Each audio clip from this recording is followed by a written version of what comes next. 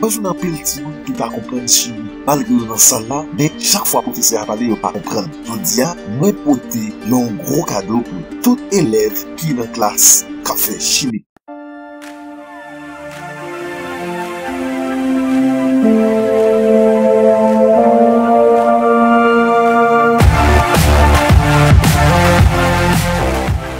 Si vous voulez vous abonner, nous invitons à faire ça là. Pas oublier, cliquez sur cloche notification pour que je vienne toute dernière vidéo pour nous poster sur le channel Haïti on News TV.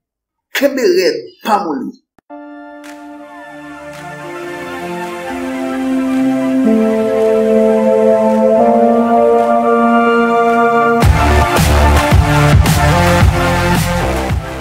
Je dis à moi parler nous de réactions, 3 réactions dans chimie. Il y a une réaction relée athermique, il y a une autre relée exothermique et une autre encore endothermique. Je dis les réactions athermiques, c'est une réaction chimique qui pas ni râler ni bail chalet. Est-ce que nous comprenons? Qui pas râler chalet, qui pas attirer chalet, mais qui pas bail chalet tout, qui pas dégager chalet tout. Nous relais réaction ça athermique, A-T-H-E-R-M-I-Q-U-E.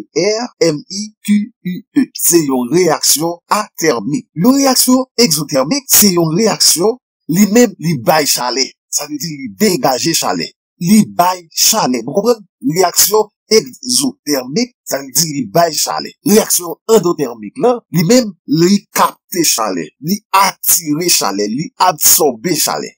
En effet, acide yo agit sous base pour kabay sel, l'eau et puis un dégagement chalet. C'est ça nous te calé exothermique. Ça veut dire une réaction qui bail dégagement chalet. Si nous prenons acide chlorhydrique, nous mettons sur soude, NaOH, d'abord nous, un sel qui c'est NaCl, l'eau et puis dégagement chalet. Sous le métal, l'on met acide, il réagit pour le baou, sel et puis dégagement d'hydrogène. Si vous voulez vous abonner, nous invitons à faire ça là.